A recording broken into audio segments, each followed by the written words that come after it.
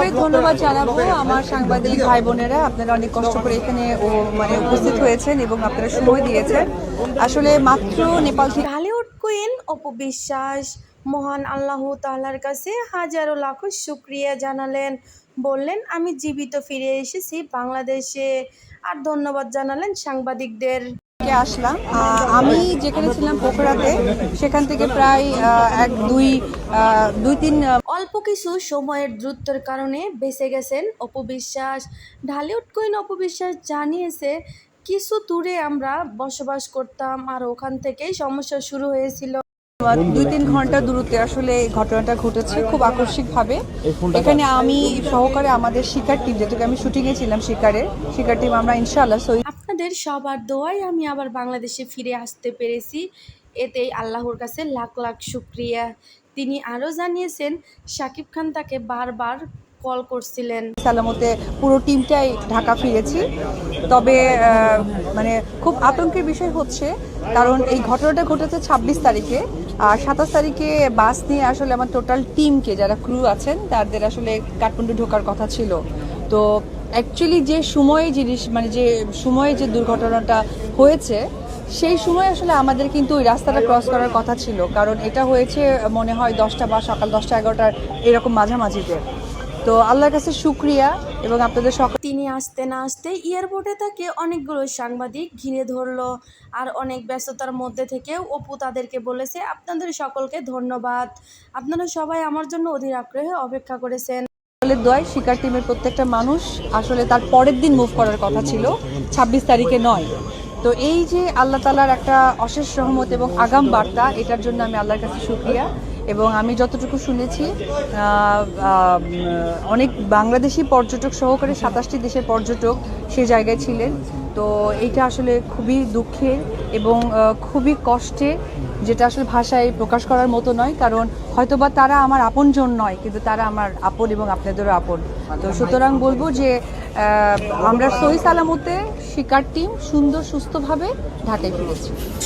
এবং আপনারা হয়তোবা জানেন যে এই যে দুর্যোগটা ঘটেছে গত 26 তারিখে, এটা বিগত 9 মাস আগে নাকি তাদের একটা বার্তা ছিল, কিন্তু সেটাকে হয়তোবা খুব একটা আমলে নেন। তিনি জানিয়েছে, হয়তোবা ভেবেছিলাম আমি আর বাংলাদেশে যেতে পারবো না, এমনকি আমি আমার ছেলেকেও আর দেখতে পারবো না, কিন্তু আল্লাহর রহমতে আমি ভালোভাবেই ফিরেছি বাংলাদেশে। এবং এই সপ্তাহের মধ্যেই কিন্তু আবার আর একটা দুর্যোগের ঘটনা এরকম আভাস তারা পাচ্ছেন। আসলে সত্যি বলতে গেলে যে যাদের মানে খুব বড় ক্ষতিগ্রস্ত হয়, এটা তারাই বলতে পারে। এবং যেহেতু আমরা স্বচক্ষে তাদের নেপালিদের কথা শুনেছি, আজহারি দেখেছি, এটা আসলে মানে কি ভাষায় বলবো বা কিভাবে বলবো এটা আমার আসলে জানা নেই। এটা হচ্ছে 26 তারিখে, আমাদের যাওয়ার কথা ছিল 27 তারিখে।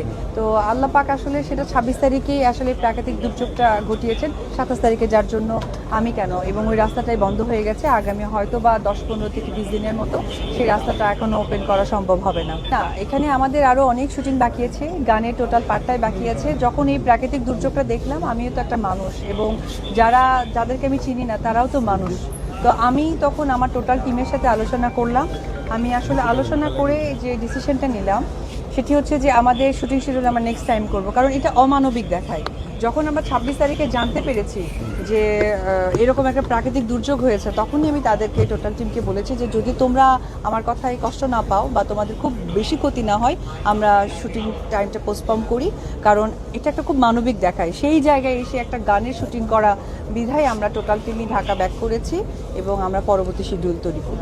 আসলে না, আমরা আমাদের থেকে প্রায় 2-3 ঘন্টার দূরত্বে আমরা যাইনি, কিন্তু বিষয় অনেকটা, প্রায় 1 ঘন্টা রাস্তা এই পর্যন্ত আমাদের না, মানে কোনো মানুষকেই যাতায়াত করতে দিন, ওটা খুব সিকিউরিটি প্লেস করে রেখেছে। কারণ ওনারা যতটুকু বলছিলেন যে এই পানিটা নাকি বিহার হয়ে খুবভাবে মানে ভারতের দিকে এগোচ্ছে।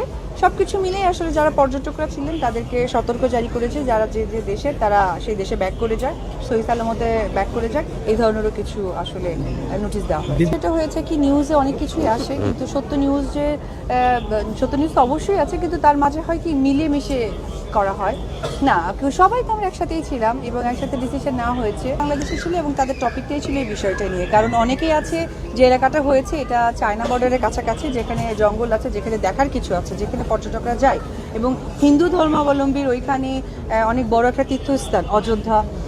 তো ওই জায়গা থেকে এই বিষয়গুলো আসলে আলোচনা করা হচ্ছিল। Thank you. দিদি লাস্ট বলতে আপনার ভক্তরা আপনাকে নিয়ে অনেক কষ্ট পেয়েছে এবং তাদের জন্য কি বলবেন? না, কষ্ট পাওয়ার কিছু নেই। আমার কাছে মনে হয় যে আমার ভক্তরা সবসময়, ভক্তরা কেন, আপনারাও যেভাবে আমাকে খোঁজ নিয়েছেন, আমার সেদিন মনে হয়েছে যে না, আমি সত্যি কাজ করেছি এবং আপনাদের উদ্বেগটা দেখেছি। সো আমি ভক্ত সহকারে আপনাদের সাংবাদিক ভাই বোনদের কাছে অনেক কৃতজ্ঞতা জানাই।